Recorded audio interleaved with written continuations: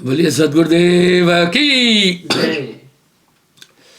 तीन लोक जमजार पसारा, चौथा लोक है मेरा। यही तो गुत्थी है, लोग इस गुत्थी को समझ नहीं पाए।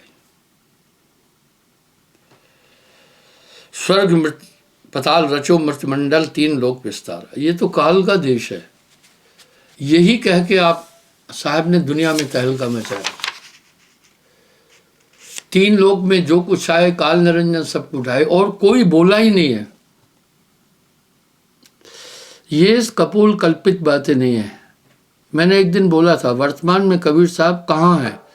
वर्तमान में कबीर साहब ठीक इसी तरह भक्ति क्षेत्र में है जैसे सौर मंडल में सूर्य, जैसे रात्रि में तारका मंडल में चंद्रमा, जैसे सरिताओं में गंगा, जैसे जानवरों में सिंह।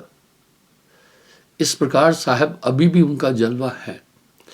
आप व्यंग दृष्टि से देखो, जितने भी मत मतांतर और भक्ति के मार्ग और बड़े बड़े पंथ हैं, सब तो कबीर साहब को पकड़े हुए हैं। लेकिन उन्होंने पकड़ा है अपने अपने हितों के लिए। भीख मांगने वाला क्या बोलता है पता है? दान दिए धन ना घटे, कह गए दास कबीर। वाह, ठीक है ठीक है। उसने अपने हिसाब से उस दोहे का इस्तेमाल किया है, पर वो ये नहीं बोलेगा मांगन मनन समान है, मत मांगो कोई भीख, मांगन ते मरना भला, ये सदगुरु की सीख। लोग साहब की वाणियां अपने अपने हितों और अपने अपने मतलब के लिए इस्तेमाल करते हैं। अगर आप देखें सरगुण क्या निर्गुण क्या, सब में तो साहब की वाणी चल रही है। तो कह रहे हैं ब्रह्मा विष्णु शंभ प्रकट कर तीन, तेह दीन सरभारा। खुद गुप्त है, संतो ये जग निरंजन का पसारा है। ठाव ठाव तीरथ व्रत रोपे, ठगवे को संसारा, पर साच कहो तो मारन जाई, झूठ कहा नहीं जाई। साहब ने एक शब्द का गुण जाने संगवासी। सेठ लेखराज जी उसी जगह के, आप पूछिए कि वहां क्या क्या होता है। मैं कहूंगा कहेंगे निंदक है, अगर मैं कुछ कहूंगा कहेंगे निंदक है। निंदा निंदा सब कहे, निंदा न जाने कोई, जैसे को तैसा कहे वो भी निंदा न होए। 84 लाख जीव फसाने कबहू न होए उबारा, जार बार भस्म कर डारे फिर दे अवतारा। जार जार कर भस्म कर डारे फिर दे अवतारा। अगर आप व्यंग दृष्टि से देखेंगे तो दुनिया में आपको अटपटा लगेगा। हम सब लोगों की एक वृत्ति है, हमेशा हम सब अपने हित की चीज देखते हैं, क्योंकि अंदर लोभ भी जो है ना। पर हम व्यंग दृष्टि से देखें कि हम सब अपने बच्चों से बहुत प्रेम करते हैं। कभी कभी माँ भूखी रह करके अपने मुंह का निवाला भी बच्चे के मुंह में डाल लेती है, वो खुद सह लेती है। हमारा प्रभु कैसा है? जब संसार की स्थिति को देखते हैं तो यूं लगता है ये सच में कैद खाना है। कितने कष्ट हैं इस संसार के अंदर, क्या क्या यहाँ घटनाएं हो रही है, सब चीज हो रही है। और साहब ने तो एक शब्द में यूं कह दिया, निरंजन धन तो हिरो दरबार, दरबार रंग महल में रहत मशकरे, साधु लोटत धूर और चारा, पतिव्रता तन ढापन रोए, वेशा अनंत सिंगारा, निरंजन धन तो हिरो दरबारा। जब हम इस संसार की चाल देखेंगे बड़ी अटपटी लगेगी, ठीक है। अभी भी आप देख रहे हैं, जो सत्य पर चलता है, धर्म पर चलता है, नीति पर चलता है, उसको काफ़ी समस्याएं मिलती है। ये दुनिया की बनावटी इसी प्रकार से यहाँ छल है, कपट है और धोखा ही धोखा है। यह संसार काल है राजा, यहाँ कर्म का जाल पसारा है। और कितने बड़े बड़े शत्रु अंदर में दे रखे, क्या जरूरत थी इनकी। पाप क्यों कर रहा है आदमी? लोभ के कारण से पाप उत्पन्न होता है। किसने लोभ उत्पन्न कर दिया इसके अंदर? बलात्कार और हिंसा क्यों कर रहा है? काम के कारण से ये सब उत्पन्न होता है। और दुर्बल को सता रहा है, मार पीट रहा है, वो क्यों कर रहा है? ये सब क्रोध के कारण हो रहा है। कहाँ से आई ये सब बीमारियां? इतने बड़े बड़े रोग किसने दे दिए इस काया के अंदर? देखो यहाँ एक शब्द साहब क्या कह रहे हैं, संतो माया तजी न जाए, जैसे बेल वृक्ष लपटाई, काम तजे तो क्रोध न छूटे, क्रोध तजे तो लोभा। आप देखना, वो बेल पेड़ पर चढ़ती है, इसमें कुछ किसान भाई भी बैठे हैं, वो जानते हैं, और पूरे पेड़ को ऐसे जकड़ लेती है, आखिरी में पेड़ सूख जाता है उस बेल के कारण। जिन्होंने वो बेल देखी है हाथ खड़ा करे। वो बेल इतनी कोमल है, बड़े वृक्ष को भी नीचे गिरा देती है। मैंने देखा नीम के पेड़ पर चढ़ी, नीम को गिरा दिया, और शीशम के पेड़ पर चढ़ी, उसको भी सुखा दिया।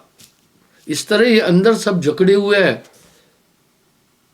ये जीव बेचारा क्या करे, जो ने छुड़ावे पियो।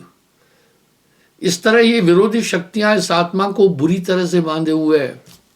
किसने लगा दिया? हम सब के साथ ऐसी ऐसी शक्ति जो कि हैरान और परेशान कर रही है। शास्त्रों को उठाकर देखते हैं, हमारे पूर्वज ऋषि मुनियों ने क्या घोर घोर तपस्याएं की, उनको मटिया मेट कर दिया। तभी भी इंसान नहीं सोच रहा है कि क्या है ये संसार। साहब ने यूनिक बात कही है,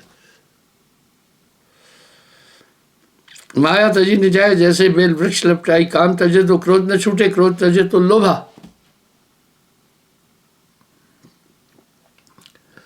कायागढ़ खोज मेरे भाई, तेरी काल अवध टर जाई। इस शब्द में साहब ने सुंदर निरूपण किया, बहुत सुंदर। 5 सखी प्यूं प्यूं कर, क्या इंद्रियों की आदत है, देखो तो सही पूरे शरीर को आप। और साहब कह रहे हैं जैसे पेड़ को वो बेल सुखाती है, इस आत्मा को इस तरह माया रूपी बेल लपेटे हुए है, ठीक है, और इसको चैन से नहीं रहने दे रही है। इनसे पार कोई पा ही नहीं रहा है। पर अपने दिल से जानिए मेरे दिल की बात। आप थोड़ा सा चेक करो, निष्पक्ष होकर मेरी बात पर चिंतन करो। नाम के बाद आपके जीवन में कितना बड़ा बदलाव आया। सेठ जी के साथ में दाहिने हाथ पर एक सज्जन चश्मा लगाए बैठे आए थे यहां रांजड़ी में। नाम के बाद अपने जीवन में आप कुछ बदलाव महसूस करते हैं क्या? आप बहुत बड़ा साहब जी। पहले साहब नालायक थे, उसके बाद लायक हुए हैं साहब जी आपके नामदान के बाद। अब इससे ज्यादा साहब जी क्या कहें। यहीं पर साहब ने एक शब्द कहा है, मैं तो हतो प्रभु परम मलिना। वाह, धर्मदास जी भी क्या कह रहे हैं, इतने दानी, इतने पुण्यात्मा बनिया थे। मैं तो हतो प्रभु परम मलिना, मैं बहुत परम मलिन था, ये सब तो प्रभु तुम्हें की ना।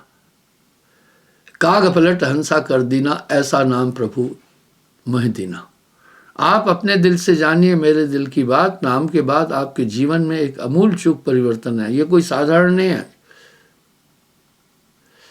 मैंने उस बेल का उदाहरण दिया, इस आत्मा पर ये शरीर रूपी बेल चढ़ी हुई है जो इसको बहुत परेशान कर रही है। देह धरे का दंड है, देह धरे का दंड है तो क्या हम धरे छोड़े क्या, आत्महत्या करें? अरे फिर तो प्रत्योनि में चले जाओगे, कोई और बचने का उपाय ही नहीं है।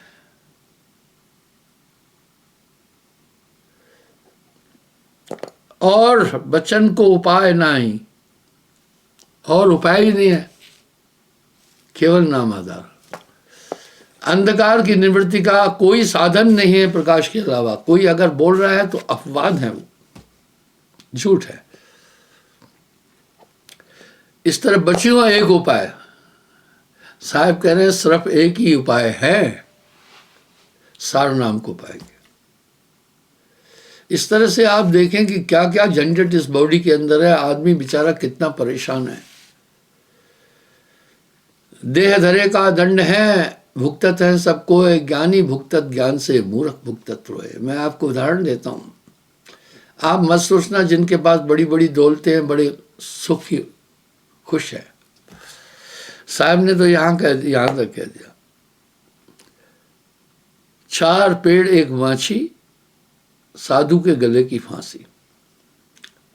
अभी रांझड़ी में बहुत लोग आ रहे हैं,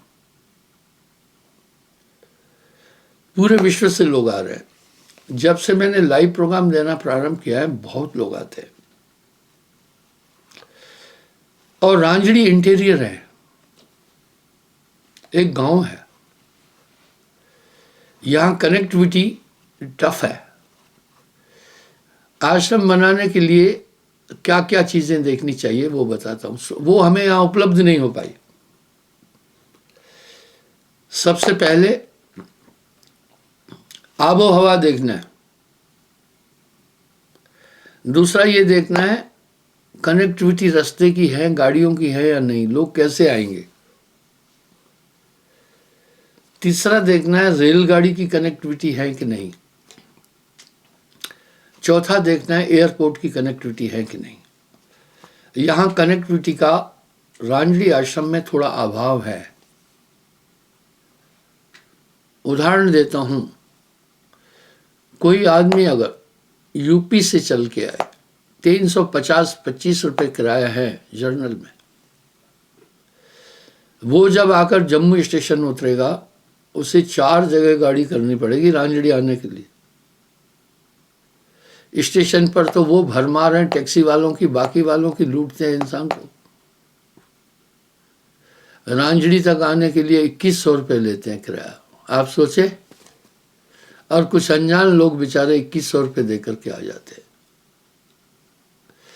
अब अगर वो बाकी तरीके से आ जाए तो पहले उसे जाना पड़ेगा विक्रम चौक, ऑटो और मेटाडोर वहां तक छोड़ेगी, फिर विक्रम चौक से उसको बस अड्डे जाना है,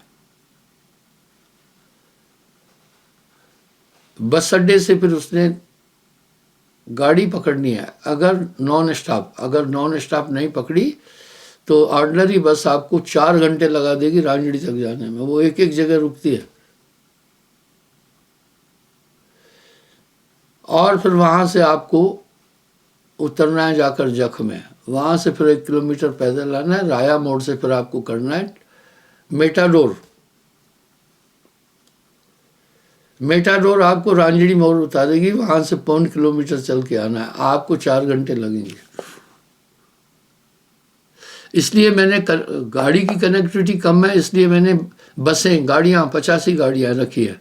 लोगों को हम रेलवे स्टेशन से रिसीव करते हैं। मैं जानता हूं कि आगंतुक सत्संगी भाइयों को दिक्कत ना हो, जो रांझड़ी आए चाहे स्टेशन से चाहे किसी साधन से चाहे ट्रेन से, उनको हमारी गाड़ी मिली वो हाथ खड़ा करें।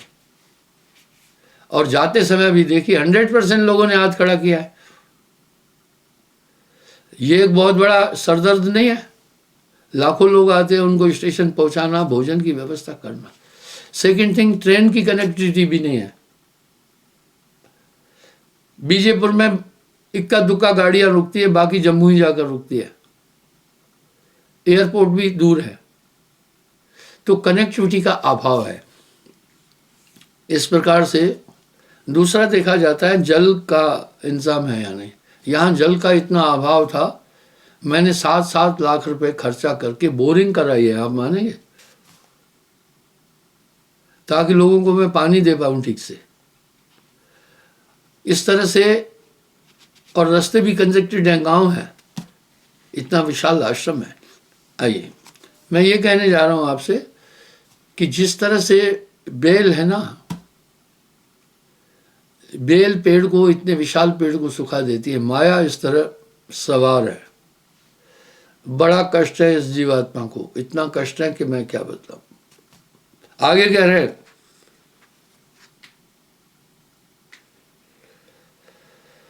काम तजे तो क्रोध न छोड़े। ये सभी एक है। काम, क्रोध, लोभ, मोह, अहंकार, ये सब एक है और यही संसार का आधार है, स्तंभ है। इसलिए संसार दुखों का घर क्यों है कि यहां वर्चस्व मन का है और काम, क्रोध, लोभ, मोह, अहंकार हर एक के अंदर बैठे हुए चुपके से वो दाव मारते हैं कि इंसान समझ ही नहीं पाता। इसलिए कितने दुख है। देह धरे का दंड है, भुगतत है सब कोय, ज्ञानी भुगतत ज्ञान से, मूर्ख भुगतत रोए। क्रोध तजे तो लोभा, एक न एक पकड़ लेगा, ठीक ना। पांचों में से एक न एक आपको, आदमी को पकड़ लेगा। और पांचों अधम है, पांचों मिल करे ठकुराई और एक दूसरे के सहायक है। जैसे शरीर की बनावट है, सभी इंद्रियां एक दूसरे की सहायक है। सुंदर स्त्री देखी तो आंखें शिष्यन को खबर दे देती है बड़ी सुंदर है, बस विषय उत्पन्न हो। अच्छा भोजन देखा, महक आई या कुछ, नाक ने बता दिया सखी बहुत सुंदर भोजन है, बस मुंह लार पानी छोड़ देगा, मुंह लार छोड़ देगा। ये एक दूसरे गुत्थी हुई है। पांच सखी पीहू पीहू करते हैं, भोजन चाहत न्यारी न्यारी, संतों घर में झगड़ा भारी।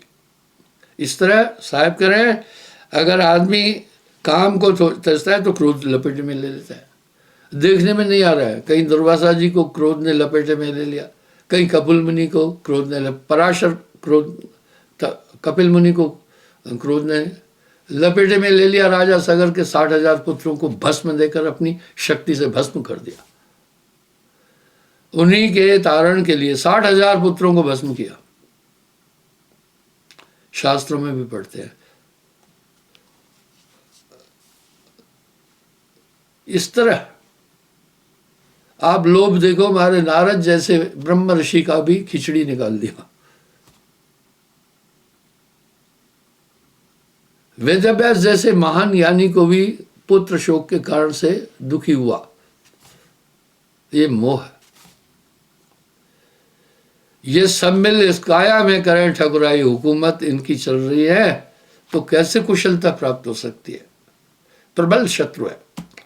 गोस्वामी जी भी तो बड़े सुंदर अलंकार से कह रहे हैं, प्रबल अविद्या का परिवारा, माया का प्रबल परिवार, खल कामादिक मोह अपारा। वाह, काम, क्रोध, लोभ, मोह, ये प्रबल शत्रु शरीर में है। लोभ तजे तो आशा माड़े, मान बड़ाई शोभा, काम तजे तो क्रोध न छूटे, क्रोध तजे तो लोभा। ये किसी न किसी रूप में सामने आ जाएंगे।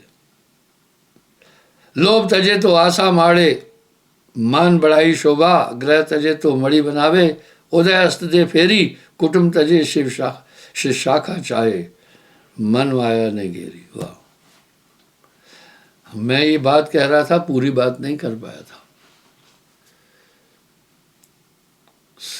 नानक दुखिया सब संसार। मैं एक चीज देख रहा हूं, अभी लोग जो मुझे धन देते हैं उससे मैं बढ़ाई के लिए नहीं बोल रहा हूं, मैं इन्हीं की सेवा में वो धन लगाता हूं। अभी कोविड-19 के टाइम पर 2021 में मैंने विशाल भवन बनाया जो करीब 25 करोड़ रुपए का है। मैंने वो क्यों स्टार्ट किया, अभी मैं दोबारा फिर काम स्टार्ट कर रहा हूं, पर मैंने किसी से कुछ नहीं मांगा है। दाता एक साहिबा, भिखारी सारी दुनिया। कुछ समय पहले केरला से कुछ लोग आए। एक छोटी बालिका बड़ी वाचाल थी, बड़ी तेज थी। मेरे पास पता नहीं कहां से सिमट कर मेरे पास तक पहुंच गई वो। बोला गुरुजी आपने लाइव प्रोग्राम में बोला था कि आप यहाँ आओ, हम आपको कमरा देंगे, रहने की अच्छी व्यवस्था है। हम 3 दिन रेलगाड़ी में सफ़र करके आए, मेरा दादा दादी, माँ है, पिताजी हैं, मैं हूँ, मेरे छोटे भाई बहन हैं। हम सुबह से आए हैं और हाल में बैठे हैं, हम फ्रेश भी नहीं हो पाए, हमें कमरा नहीं मिल रहा है। लड़की ने चार्ज किया मुझ पर, आपने तो लाइव प्रोग्राम में बोला था। मैं कहा साध्वी से बोलो। बोला साध्वी दीदी कह रही है कमरा खाली नहीं है। बाद में मुझे क्या करना पड़ा, कुछ नवाब टाइप भी आते हैं, 6 आदमी का कमरा है, अकेले रहकर अंदर ताला लगाकर चाबी लिए घूमते, जैसे उनके दादाजी का राज है, यहाँ किसी होटल में आए हुए हैं। अरे दूसरे को भी अकोमोडेट करो यार। एक लड़की आई, एक रूम को उसने ऑक्यूपाई किया, 6-7 आदमी का रूम था, बाकी जो है उनको डांटती थी, हट ये मेरा कमरा है। ऐसा नहीं है,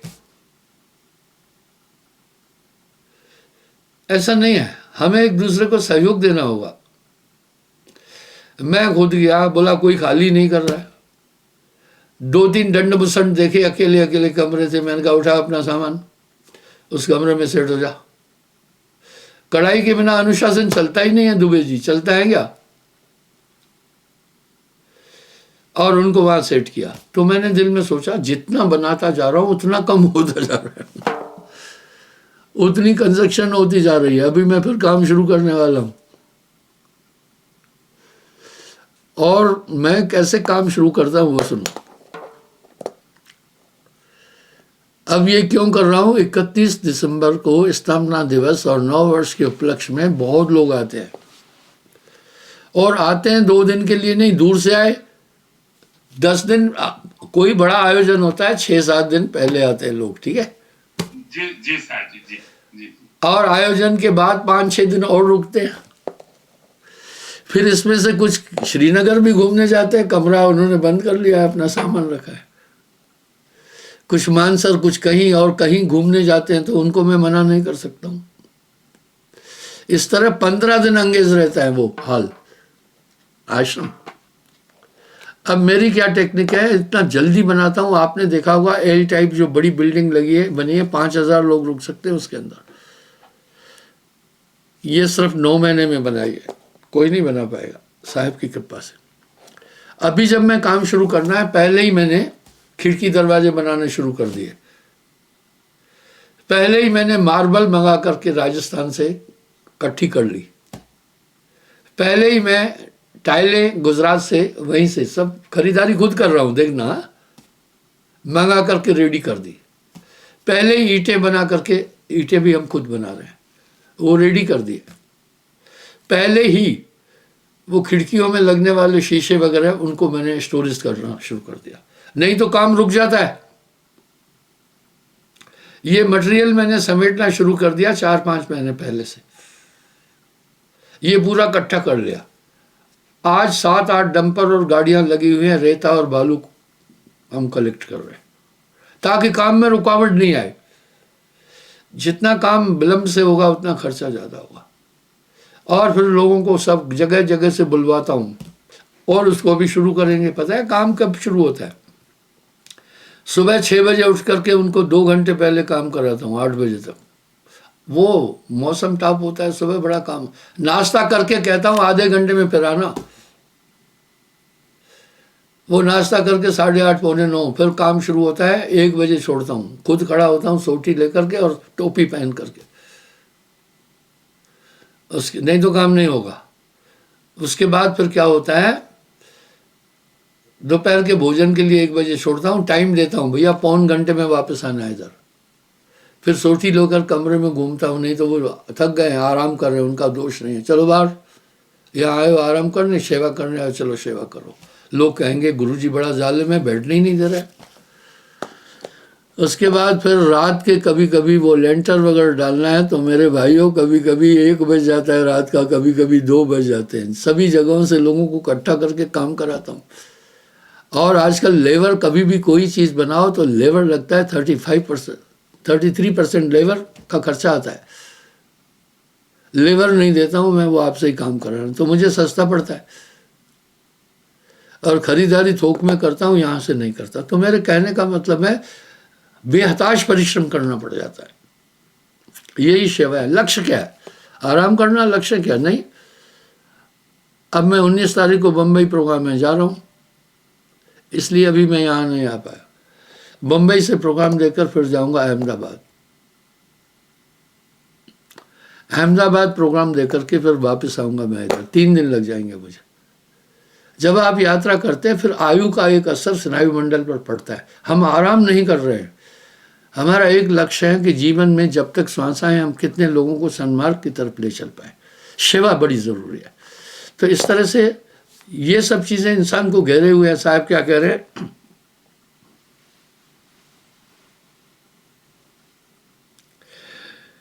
ग्रह तजे तो मही मड़ावे, 4 पेड़ एक बाछी, साधु के गले की फांसी। वहां उसको ये दिक्कत होती है। उदय अस्तले फेरी, कुटुम तजे शाखा चाहे, मन माया ने गिर। कुटुम तजकर फिर शिष्य शाखाएं बढ़ाता और माया घेर लेती है। इसलिए साहब ने एक भी आश्रम नहीं बनाया। वो रमता एक संत होते हैं जो रमता संत है, घूमते रहते हैं। एक मठाधीश होते हैं। दोनों में एक अंतर है। जो घूमते फिरते रहते हैं ना, शिष्य दोबारा दर्शन करना हो तो पसीना निकल जाता है। लेकिन जो मठाधीश है उसमें ये फायदा है, गुरु दर्शन हो जाता है। चाहे मैं आपके पास नहीं आता हूं, आप आ जाते हैं जम्मू तो भेंट मुलाकात हो जाती है। इस तरह से साहब कह रहे हैं फिर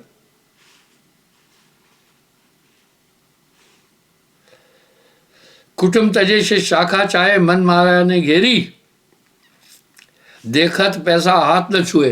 कहते भाई हम हाथ नहीं लगाते पैसे को। अच्छा तुम हाथ नहीं लगाते पैसे को, रोटी खा रहे हो या नहीं? तुम्हारी खेती बाड़ी भी नहीं, तुम कुछ काम भी नहीं कर रहे, तो तुम कह रहे हम छू अपना पैसा, ये एक दिखावा नहीं है? फिर तुम रोटी खा रहे हो, ये तो पैसे से ही मिलती है। कुछ लोग फिर कहते हैं हम छुएंगे नहीं पैसा, वो एक कटोरा आगे करते हैं, बोल रहा इसमें डाल दो। बात तो वही हुई, कान को यूं पकड़ो या यूं पकड़ो, साहब बात तो सेम है ना। साहब ने खरी खरी बोल दिए। आशा तृष्णा मिटे न मन की, कागे ही क्या बैरागी, स्वामी से शाखा के कारण 100 योजन चल जाए, जो छूटे तो सीधे छूटे, हृदय ज्ञान समावे। 100 योजन कौन सा यार, हजारों योजन चले जाते हैं। मैं तो अमेरिका चला जाता हूँ। अभी मेरा पासपोर्ट डेट खत्म हो गई थी, लेकिन मेरे वीज़ा अभी भी स्टैंड है। अमेरिका का वीज़ा 10 साल का है, कनाडा का वीज़ा 10 साल का है, ब्रिटेन का वीज़ा 5 साल का है। पूरा संसार घूमता रहता हूँ। तो योजन तो क्या, मैं तो हजारों योजन चला जा रहा हूँ। साहब तो ठीक कह रहे हैं। जो छूटे तो सीधे छूटे, हृदय ज्ञान समावे, माया तागे मन वैरागी, शब्द ने सूरत समाने। एक दिन मेरे सेक्रेटरी ने, रतन सिंह नाम, अभी बेचारे शरीर छोड़ गए, मुझे एक बात बोली। मुझे कहा साहब जी हम तो संसारी जीव हैं, माया में। मुझे लग रहा है माया ने आपको भी घेर लिया है। मैंने उसकी बात ध्यान से सुनी। बोला कभी कहीं जाते हो, आश्रम बनाते रहते हो, 24 घंटे बिजी रहते हो, और हमसे भी ज़्यादा फंसे हुए लग रहे हो अब साहब जी। मेरे सेक्रेटरी हेडमास्टर थे रतन सिंह। मैं बोला रतन सिंह तुम्हारे और मेरे काम में बड़ा अंतर है। तुम जो कर रहे हो अपनी बीबी, अपने 2-3 लड़कियां और अपने लिए कर रहे हो, दोनों में अंतर है ना। माया है 2 भांत की, जो कर जाने कोई, एक मिलावे पीर से एक नर्क ले जाए।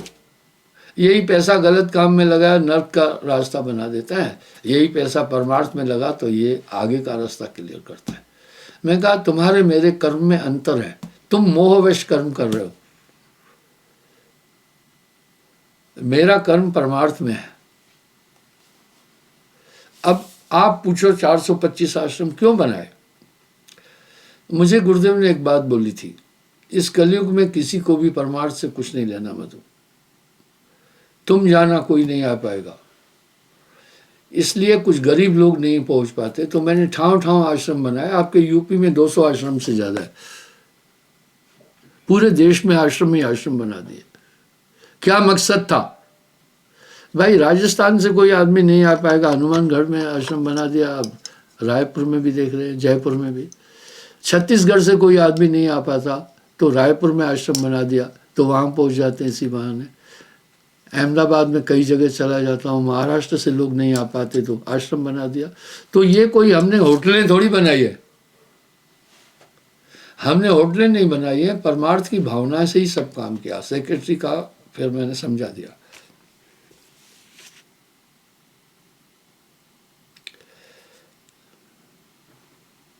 माया त्यागे मन वैरागी, शब्द में सूरत समानी, कहे कभी सोई सन जौहरी, झूठी कर जानी। कैसे रहना पता है संसार में?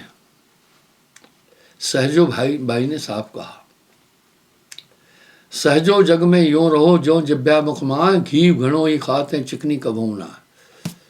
संसार के पदार्थों में आसक्त नहीं होना। ये कर्म भी दो प्रकार के, शुभ अशुभ, और इन दोनों के बीच की मध्य स्थिति निष्काम कर्म। तो भजन बहुत जरूरी है, इसको भूलिएगा नहीं। अंधकार की निवृत्ति का एक ही उपक्रम है, प्रकाश, उसके अलावा कोई नहीं है। इस तरह अंतःकरण की शुद्धि का एक ही है संसाधन, नाम। नाम बिना हृदय शुद्ध ना होई, कोटिन भांत करे जो। इसको नहीं भूलना, ये चलते फिरते करना, हमेशा करना, और भय से। भय बिन भक्ति होए ना भाई। भक्ति दो तरह से होगी, शौक से या खौफ से।